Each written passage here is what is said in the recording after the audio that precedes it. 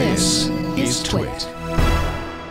Joining us to give us a little bit more information on what's actually happening in the world of GamerGate, which is the first time I've ever uttered those words on any sort of a live broadcast because I'm terrified, is Chelsea Stark, games reporter over at Mashable. Welcome to the show, Chelsea. Thanks for having me, Sarah. All right, so you wrote an article, which actually is titled "Why GamerGate Can't Continue," and we certainly don't have the many hours that it would take to go over why GamerGate started in the first place, and depending on who you ask, it's probably a different answer. But we're now at a point that just the term GamerGate puts somebody on one side or the other. Can you tell us a little bit about what's happening right now? Yeah, sure. I mean, what is happening right now is what some are calling, a small minority, what other people are deciding to call a consumer revolt. It's a lot of, a lot of different angles of this story. There are people that are upset about the causes of journalism ethics. There are a lot of other people that are saying, no, this isn't about journalism ethics. These are about people that are upset about, certain smaller developers using their, saying that they're using their clout to get curry favor online, which isn't really true. It's just kind of a very mired topic for a lot of people. So in essence, GamerGate sprung up because there were some folks who said, listen, we've got some ethics problems in gaming journalism. People are writing stories and maybe, their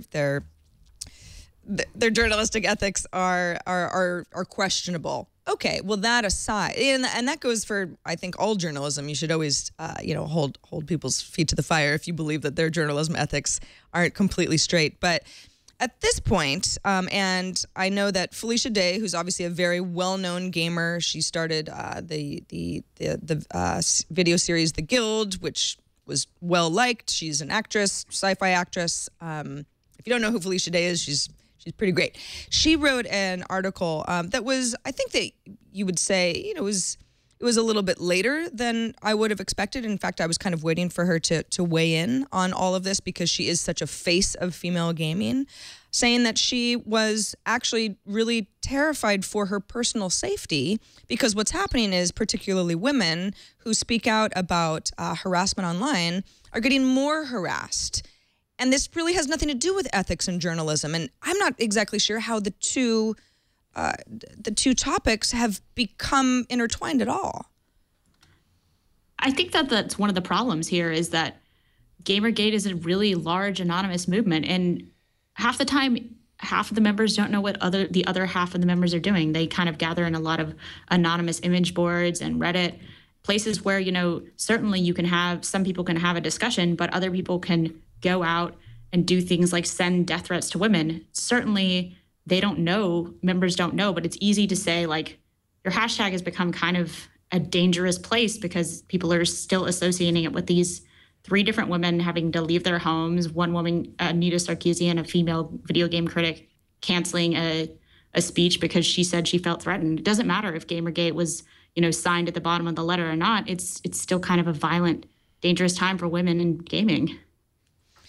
Roberto, would you put any pressure, as obviously somebody who none of us can sit here and be like, it's okay for people to get harassed online.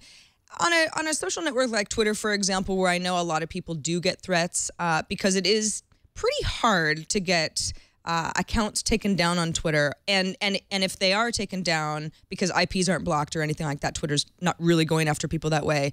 It's hard to get, another account it's hard to keep another account from springing up in that person's place and continue to harass people. I know a lot of people point to Twitter and say, well, they're not doing enough.